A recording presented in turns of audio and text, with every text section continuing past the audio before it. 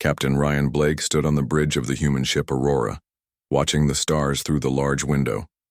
He had been patrolling the edge of human space for 3 months now. It was quiet work, but someone had to do it.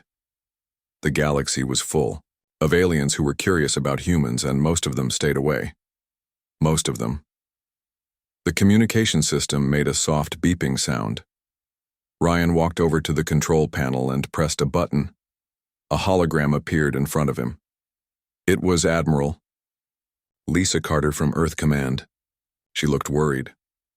"Ryan, we have a problem," she said. Her voice was serious. 3 weeks ago, an alien ship crossed into our territory. It was a Zilithian research vessel called the Quantum Echo. We lost contact with them after they entered our space. Ryan frowned.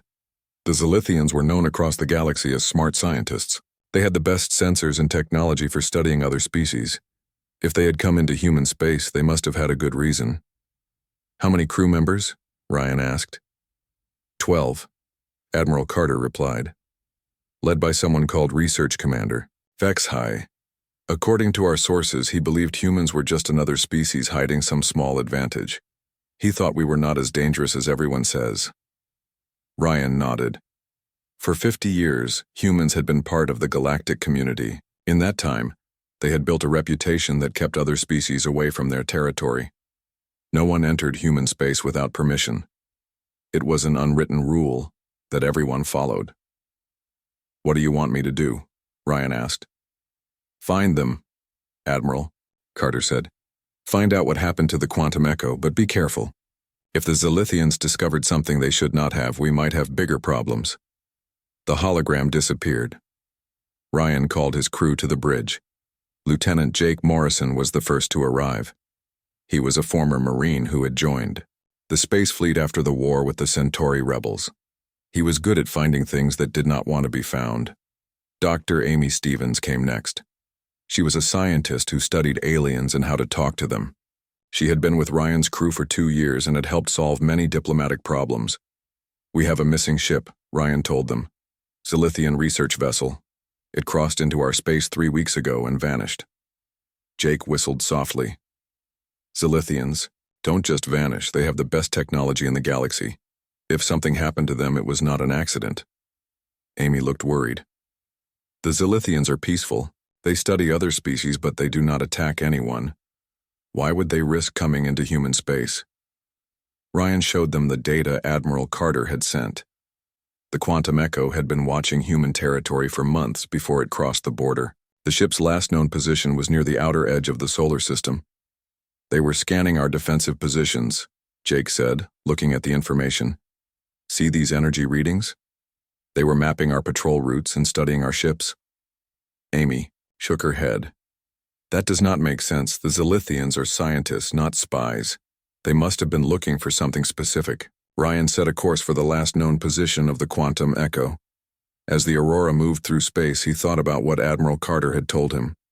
The galaxy had many intelligent species, but humans were different. Other aliens were afraid of them, though most humans did not understand why. When humans first made contact with the galactic community 50 years ago, something had happened during the diplomatic meetings. The alien delegates had left the talks looking scared and confused. Word spread quickly through the galaxy that humans were dangerous in ways that no one could explain.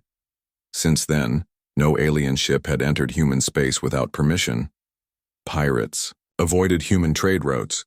Even the powerful Thorian Empire, which controlled half the galaxy, stayed away from human territory. Everyone knew the rule: do not go into human space. "Captain," Amy said, interrupting his thoughts, "I have been thinking about the Zilithians. They are known for being very logical and careful. If they decided to enter our space, they must have believed they could handle whatever they found." Jake nodded.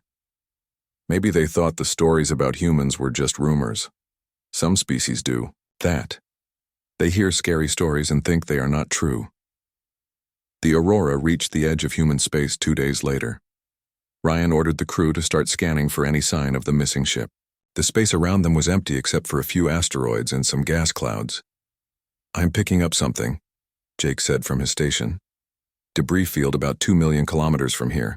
The signature matches Zilithian technology. Ryan felt his stomach drop. If there was debris, it meant the quantum echo had been destroyed. But how? And by what? As they got closer to the debris field, Amy made a discovery that made everyone on the bridge go quiet.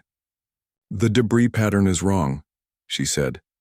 "This was not caused by weapons fire or an explosion. The ship was taken apart piece by piece, like someone carefully dismantled it." Jake scanned the area with the ship's sensors. "I am not finding any bodies. No life signs at all, but there are some strange energy readings coming from the larger pieces of debris." Ryan ordered the Aurora to move carefully through the debris field. What they found there would change everything they thought they knew about what happened to ships that entered human space. The pieces of the quantum echo floated in perfect formation, as if they had been placed there on purpose. Dr. Stevens ran detailed scans on the debris. Her face went pale as she read the results. "Captain," she said quietly, "according to these readings, the crew was still alive when the ship was taken apart. Their life support systems were still working, but something else was happening to them, something that scared them more than dying." Ryan looked out at the floating pieces of the alien ship. Whatever had happened to the quantum echo, it was not over yet. And he had a feeling that finding the truth would reveal secrets that humanity had been keeping from the rest of the galaxy for 50 years. Admiral Lisa Carter walked quickly through the halls of Earth Command. The news about the quantum echo had reached the highest levels of human government. She needed to put together a search team fast, before other alien species started asking questions. She stopped at the door of Captain Troy Miller's office. Troy was the commander of the heavy cruiser Defiant, one of the most powerful ships in the human fleet. If anyone could find out what happened to the missing aliens, it was him. "Troy, I need your ship and your best crew," she said as she entered his office. "We have a situation that could affect all of human space." Captain Miller looked up from his desk. He was a big man with gray hair and serious eyes. He had been fighting in space for 20 years and had seen many strange things. But the look on Admiral Carter's face told him this was different. "What kind of situation?" he asked. Admiral Carter explained about the Zilithian ship and what Captain Blake had found. Troy listened carefully, asking questions about the debris, pattern, and the strange energy readings. "I want Commander Kate Phillips as my tactical officer," Troy said. "She knows how to think like aliens do. And I need Chief Engineer Ben Rodriguez. His modifications to our systems might be important." "Admiral," Carter nodded. Kate Phillips was known throughout the fleet for solving problems in ways that surprised everyone. She could think of strategies that other officers would never consider. Ben Rodriguez was equally famous for making human technology work better than anyone thought possible. 2 hours later, the Defiant was moving toward the debris field where Captain Blake was waiting. The crew worked quietly at their stations. They all knew this mission was important, but they did not know why. "Commander." Phillips stood next to Captain Miller on the bridge. She was studying the reports from the Aurora. Something about the debris pattern bothered her. "Captain," she said, "I think we need to look at this differently. The Zilithians are very careful people. They would not enter human space unless they were sure they could get out safely." "What are you thinking?" Troy asked. "Maybe they did not come here to study us. Maybe they came here because someone told them it was safe." Chief Engineer Rodriguez joined them on the bridge. He had been looking at the energy readings from the debris. His face was troubled. "These readings do not match anything in our database," he said. "Whatever did this to the Zilithian ship, it used technology we have never seen before." The Defiant reached the debris field an hour later. Captain Blake's ship Aurora was still there, scanning the wreckage. Troy ordered his crew to work with Blake's team to search every piece of debris. Specialist Alex Turner was the fleet's best tracker. He could follow the path of any ship through space, even days after it had passed. He studied the debris field for hours, using the Defiant's powerful sensors. "Captain," Alex said finally, "I found something strange. The debris is not random. It was placed here in a specific pattern, like someone wanted us to find it." Commander Phillips looked at the pattern Alex had discovered. The pieces of the quantum echo were arranged in a way that looked almost like a message. But what kind of message? Run a deep scan on the largest piece, she ordered. Look for anything that might tell us what happened to the crew. The scan results came back an hour later. Dr. Stevens from the Aurora had worked with the Defiance science team to analyze everything they found. What they discovered made everyone on both ships go quiet. The crew did not die from the ship being destroyed, Dr. Stevens reported over the communication system. According to the biological traces we found, they were alive and conscious when the ship was taken apart. But their stress levels were off the charts. They were terrified of something. Captain Miller felt a cold feeling in his stomach. Terrified of what? We do not know, Dr. Stevens replied. But whatever it was, it did not hurt them physically. Their fear was psychological, like they saw something that broke their minds. Alex Turner made another discovery while scanning the outer edge of the debris field. He found traces of the quantum echo's path through space, leading deeper into the solar system. Captain, he said, the Zilithian ship did not stop here. This is where it was destroyed. But it traveled much further into our space before that happened. The trail leads toward the asteroid belt. Commander Phillips studied the data. How long were they in our space before they were stopped? At least 5 days, Alex replied. Maybe longer. They were scanning everything they passed. Planets, stations, defense platforms. They mapped our entire inner system. Troy Miller realized the situation was worse than they had thought. The Zilithians had not just crossed into human space. They had spent days studying humanity's most important secrets, and then something had stopped them in a way that left their crew alive but terrified. Ben, he said to Chief Rodriguez, can you track their path backward? I want to know exactly where they went and what they saw. Already working on it, Ben replied. Give me 2 hours and I will have their complete route. Meanwhile, on the Zilithian homeworld, High Counselor Thexmar was getting worried. The quantum echo had not reported in for 3 weeks. Other species in the galactic community were starting to ask questions about the missing research vessel. The Thorian Empire had sent a message asking if the Zilithians needed help searching for their lost ship. The Vegan Federation had offered to send their own scouts to look for the quantum echo. Even the peaceful Altarians were asking what had happened. Thexmar knew that if too many species started investigating the disappearance, they might discover why humans were so feared throughout the galaxy. The secret that had kept the peace for 50 years might be revealed. Back on the Defiant, Ben Rodriguez finished tracking the Zilithian ship's path. What he found changed everything. Captain, he said, his voice shaking slightly, the quantum echo did not just scan our defenses. They found something in the asteroid belt, something big, and according to these readings, it found them back. Troy Miller looked at the data Ben had collected. The Zilithian ship had discovered a hidden facility deep in the asteroid belt. Facility that did not appear on any official human records. A facility that had been operating in secret for decades. Commander Phillips, he said quietly, prepare the ship for deep space reconnaissance. We are going to follow the Zilithians' path and find out what they discovered. And Kate? Yes, sir. Get ready for anything. I have a feeling we are about to learn why the rest of the galaxy is afraid of us. Dr. Amy Stevens worked late into the night aboard the Aurora. She had been trying to decode the final transmission from the quantum echo for hours. The message was broken into pieces, but she was slowly putting it back together. Captain Ryan Blake found her in the communications room at 3 a.m. She looked tired but excited. I found something, she said. The Zilithians' last message was not just a distress call. It contained medical data about their crew. Ryan sat down next to her. What kind of medical data? Amy showed him the information on her screen. Heart rates, brain activity, stress hormones, all recorded in the final minutes before they disappeared. Ryan, these aliens were not hurt physically, but their minds were under attack. What do you mean? Look at these brain scans, Amy said, pointing to the data.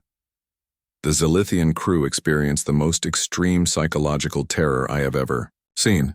Their minds were flooded with emotions so intense that it should have killed them, but somehow they stayed alive through it all. Ryan studied the medical readings. The data showed that the alien crew had been conscious and aware while experiencing absolute terror. Whatever had happened to them was designed to keep them alive while breaking their minds. "There is something else," Amy continued. "The transmission includes audio recordings from inside their ship. Do you want to hear them?" Ryan nodded. Amy played the recording. The voices of the Zilithian crew filled the room. At first, they sounded excited and curious. They were talking about their discoveries in human space and what they had learned. Then the voices changed. Fear crept into their words. One crew member reported seeing strange lights. Another said their instruments were detecting something impossible. Within minutes, the excitement turned to panic. The final part of the recording was the worst. The Zilithian crew members were screaming, but not in pain. They were screaming in terror at something they could see but could not describe. The recording ended with complete silence. "My God," Ryan whispered. "What could do that to someone?" Meanwhile, on the Defiant, Captain Troy Miller had authorized a dangerous mission. Lieutenant Commander Chris Hayes and Pilot Officer Maya Jensen were preparing to take a stealth ship deeper into the asteroid belt. They would follow the path the Zilithians had taken and try to find the hidden facility. Chris Hayes was nervous. He had flown many dangerous missions, but something about this one felt different. The modified stealth ship was designed to avoid detection, but he wondered if it would be enough. Maya Jensen was one of the best pilots in the fleet. She could fly through asteroid fields at speeds that made other pilots sick, but even she seemed worried about this mission. "What do you think? We will find out there?" Maya asked as they prepared to launch. "I do not know," Chris replied. "But whatever it is, it scared the Zilithians so badly that their minds broke. We need to be ready for anything." The stealth ship left the Defiant and moved quietly through space. They followed the energy trail left by the Quantum Echo deeper into the asteroid belt. The trail led them past mining stations and defense platforms, deeper into areas where few ships ever traveled. After 6 hours of flying, Maya detected something on her sensors. "Chris, you need to see this." On the screen in front of them was a section of the Zilithian ship. It was floating alone in space, perfectly preserved. The metal hull showed no damage from weapons or explosions. It looked like it had been carefully cut away from the rest of the ship. "That is impossible," Chris said. "How can part of the ship be here when we found the debris field millions of kilometers away?" They moved closer to investigate. Maya used the ship's sensors to scan the Zilithian vessel fragment. What they found made them both stop breathing. "There are life signs inside," Maya whispered. "The crew is still alive." Chris ordered Maya to dock with the alien ship section. They put on their spacesuits and entered through an airlock. Inside, they found something that would give them nightmares for years. The Zilithian crew was still at their stations. They sat in their chairs, staring straight ahead with wide, terrified eyes. They were breathing and their hearts were beating, but they did not respond to anything Chris and Maya did. "They are in some kind of suspended state," Chris reported, back to the Defiant. "Their bodies are alive, but their minds are gone. It is like they are trapped in an endless nightmare." Dr. Stevens's voice came over the communication system. "Chris, I need you to scan their brains. I think I know what happened to them, but I need proof." Chris used a portable scanner to examine the alien crew members. The results confirmed Dr. Stevens's theory. The Zilithians' minds had been downloaded and stored in crystalline structures attached to their chairs. Their consciousness was being held in some kind of digital prison. Someone or something extracted their memories and experiences, Dr. Stevens explained. But they kept the crew alive so they could study how alien minds work under extreme stress. Back on Earth, Director Paul Wright was meeting with President Amanda Foster in the White House. The situation with the missing Zilithian ship had reached the highest levels of government. Paul had information that would change everything. "Madam President," he said, "we need to discuss the Mindwall project." President Foster looked confused. "I have never heard of any Mindwall project." "It is classified above your clearance level," Paul replied. "It has been running for 50 years since we first made contact with alien species. The project is the real reason why no one enters human space." Paul explained that when humans first met other alien species, they discovered something important. Most aliens had some form of telepathic ability. They could sense thoughts and emotions from other beings. But human minds were different. Our thoughts and emotions are more intense than any other species in the galaxy, Paul continued. When aliens try to read human minds, the experience can drive them insane. The Mindwall project was designed to use this as a defense system. Resident Foster sat back in her chair. Are you telling me that we have been using our own consciousness as a weapon? Not exactly a weapon, Paul replied. More like a deterrent. When alien ships enter our space, they encounter devices that amplify and broadcast human thoughts and emotions. The effect is so overwhelming that most aliens flee immediately. And the ones who do not flee? Paul was quiet for a moment. They end up like the Zilithian crew. Their minds cannot handle the intensity of human consciousness. It breaks them. Meanwhile, Chris Hayes and Maya Jensen had made another discovery in the preserved section of the quantum echo. Hidden in the ship's computer system, they found recordings of what the Zilithian crew had experienced in their final moments. The recordings showed that the aliens had encountered something that filled their minds with every human emotion at once. Love, hate, joy, sadness, anger, fear, hope, and despair, all crashed into their consciousness simultaneously. The intensity was so great that their minds could not process it. It was not torture, Maya realized. It was just too much. Human emotions are too strong for alien minds to handle. Chris nodded grimly. And now we know why the galaxy is afraid of us. We are not just dangerous because of our weapons or technology. We are dangerous because of what we are inside. As they prepared to return to the Defiant with their findings, Chris and Maya wondered what would happen when the truth about humanity's defense system became known. Would the galaxy understand that humans were protecting themselves? Or would they see humans as monsters who use their own souls as weapons? The answer to that question would determine the future of human space, and whether the 50-year peace would continue or if humanity would face a war unlike anything they had ever imagined. Commander Kate Phillips stood in front of a massive hidden facility deep in the Kuiper Belt. The structure was built into a large asteroid and had been operating in secret for 50 years. No official records mentioned its existence, but the IE facility was bigger than most space stations. Captain Troy Miller had brought the Defiant here after following the trail left by the Zilithian research ship. What they found would change everything they thought they knew about humanity's place in the galaxy. This place does not appear on any military database, Kate said as they approached the facility. How is that possible? Because it was never meant to be found, replied Chief Engineer Ben Rodriguez. Look at the construction.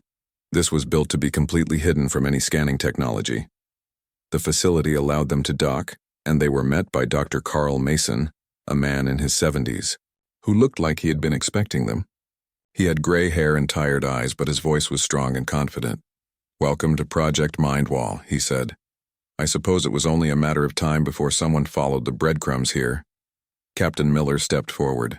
Dr. Mason, I am Captain Troy Miller of the Earth Defense Fleet. We are investigating the disappearance of a Zilithian research vessel. We believe you have answers. Dr. Mason nodded slowly. Yes, I have answers. But first, let me show you what we have been doing here for the past 50 years. He led them through corridors filled with strange equipment. The walls were covered with screens showing brainwave patterns and neural activity. Kate recognized some of the patterns as human, but others were completely alien. When humans first made contact with other species, Dr. Mason explained, we discovered something remarkable. Most alien races have some form of telepathic ability. They can sense thoughts and emotions from other beings. It is natural for them, like breathing. They entered a large room filled with crystalline structures that hummed with energy. Each crystal was connected to complex machinery that Ben recognized as some kind of amplification system. But human minds are different, Dr. Mason continued. Our thoughts and emotions are more intense, more complex than anything else in the galaxy. When aliens try to read our minds, the experience can be overwhelming. Dr. Amy Stevens, who had joined them from the Aurora, studied the equipment. You are using human consciousness as a weapon. Not a weapon, Dr. Mason corrected. A shield. When alien ships enter human space, They encounter broadcasting stations like this one. The stations transmit concentrated human thoughts and emotions directly into the minds of anyone with telepathic abilities. Kate looked at the screens showing different emotional patterns. What kind of thoughts and emotions? Everything, Dr. Mason replied. Love, anger, fear, joy, sadness, hope, despair. All the emotions that make us human transmitted at full intensity. For an alien mind, it is like trying to drink from a fire hose. Captain Miller understood now. That is why no one enters human space. They are not afraid of our weapons, they are afraid of our minds. Exactly, Dr. Mason said. We call it the Mind Wall Defense System. It has kept human space safe for 50 years without firing a single shot. Ben Rodriguez examined the machinery more closely. How do you capture and store human thoughts? Volunteers, Dr. Mason explained. People who agreed to have their most intense emotional experiences recorded and stored in these crystals. Soldiers, remembering their worst battles. Parents feeling love for their children. Artists experiencing creative inspiration. We have collected 50 years of human experience. Dr. Stevens looked uncomfortable. But what about the aliens who do not retreat? What happens to them? Dr. Mason's expression became sad. Their minds cannot process the intensity of human consciousness. Some go insane. Others fall into catatonic states. A few simply forget who they are. Like the Zilithian crew, Kate said. The Zilithians were different, Dr. Mason admitted. They were scientists, very logical and methodical. When they encountered the mind wall, they tried to study it instead of fleeing. Their minds recorded everything they experienced before the intensity broke them. He led them to another room where the missing Zilithian crew was being held. The aliens were in medical pods, their minds trapped in a state between consciousness and sleep. We are not monsters, Dr. Mason said quietly. We tried to help them, but their minds have been shattered by exposure to pure human emotion. They experienced 50 years of human experience in just a few minutes. Dr. Stevens scanned the alien crew members. Their brain patterns show they are reliving human memories over and over. They are trapped in an endless cycle of human thoughts and feelings. Can they be healed? Captain Miller asked. We have been trying for 3 weeks, Dr. Mason replied. We can edit their memories, remove the traumatic experiences, but doing so might damage their minds permanently. Lieutenant Commander Chris Hayes, who had been quiet during the tour, finally spoke. Dr. Mason, how many alien ships have encountered the Mind Wall system? Over the past 50 years? Hundreds. Most retreat immediately when they feel the first effects, but some, like the Zilithians, try to push through. They end up here. And their governments never ask questions. Dr. Mason smiled grimly. They do ask questions, but the crews who survive always tell the same story.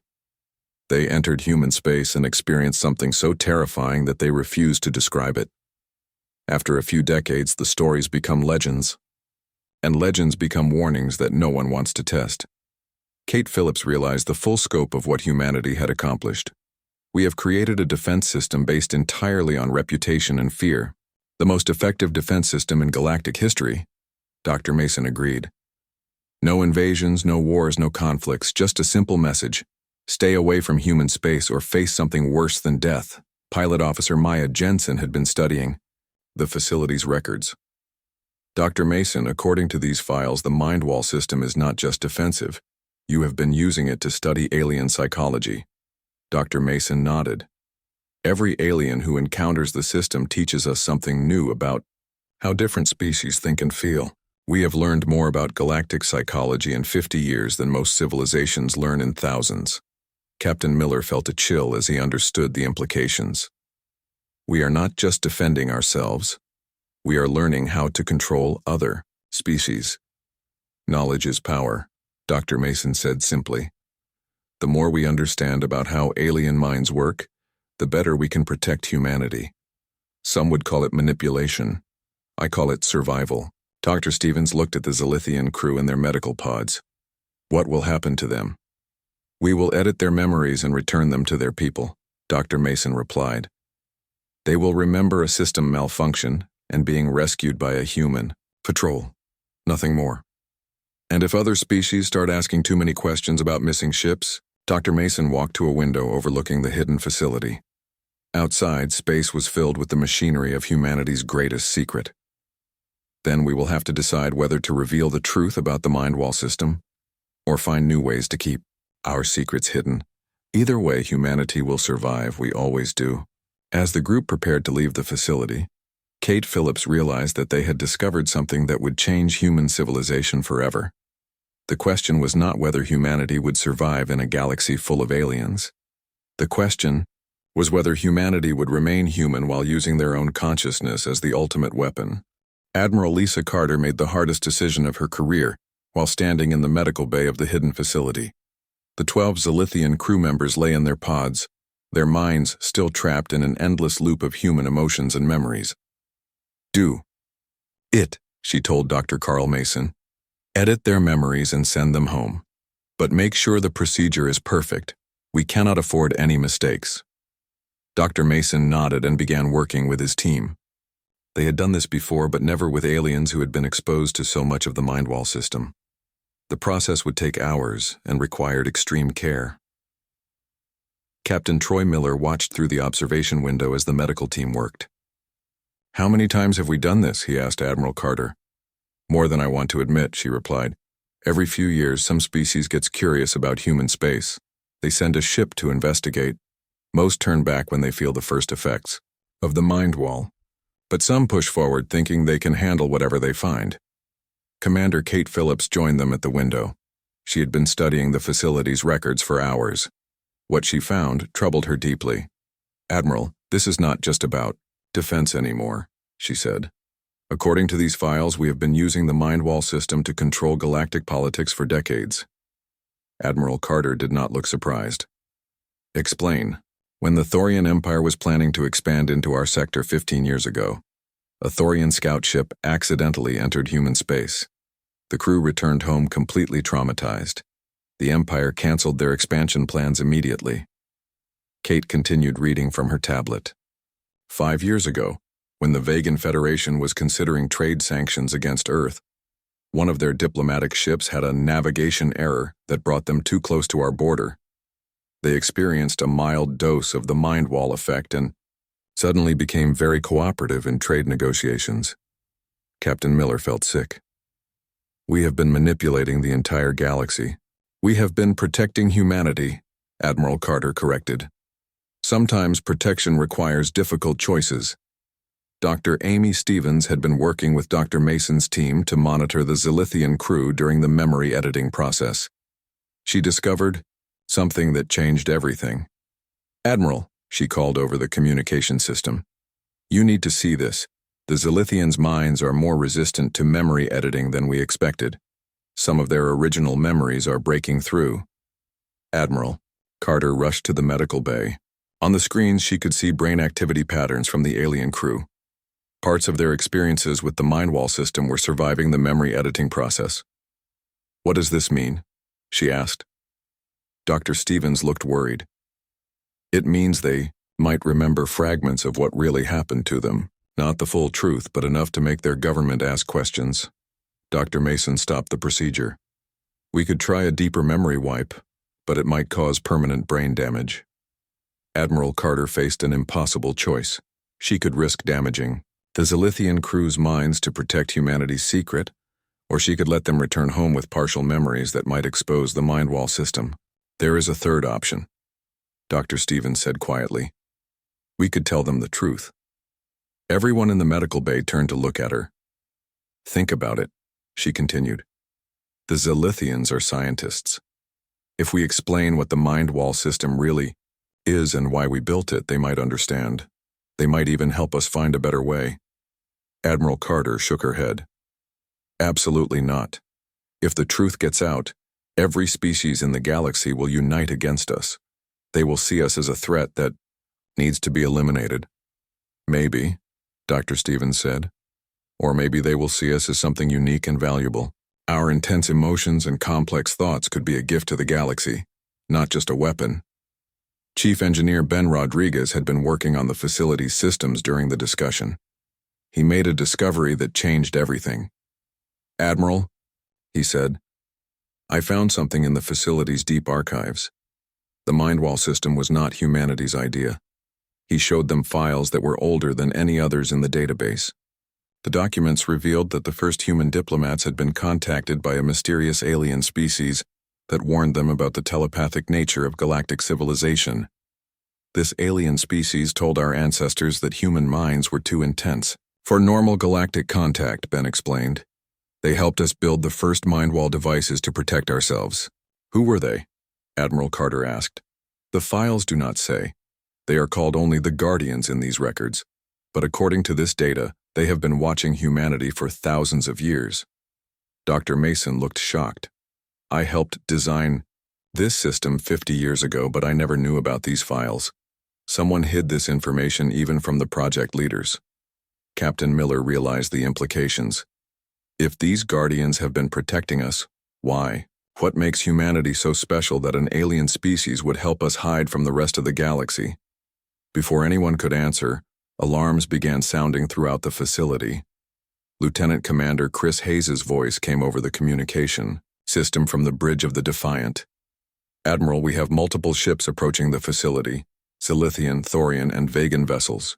They are demanding the return of the missing research crew." Admiral Carter ran to the command center. On the main screen, she could see a fleet of alien ships surrounding the hidden facility. High Counselor Thexmar of the Zilithians was requesting direct communication. "They found us," she said grimly. "Admiral Carter," came the voice of High Counselor Thexmar. "We know you have our missing crew. We demand their immediate return and an explanation for their disappearance." Admiral Carter looked at the faces of her officers. They all knew that the 50-year secret was about to be exposed. The decision she made in the next few minutes would determine humanity's future in the galaxy. "Dr. Stevens," she said finally, "complete the memory editing on the Zilithian crew, but leave enough for them to remember that we helped them. Maybe if they know we tried to save them, they will listen to reason." She opened a communication channel to the alien fleet. "Hi, Counselor Thexmar, this is Admiral Carter of Earth Command. Your crew is alive and unharmed. We will return them to you immediately. But first, I need to explain why they were in danger and how we saved them."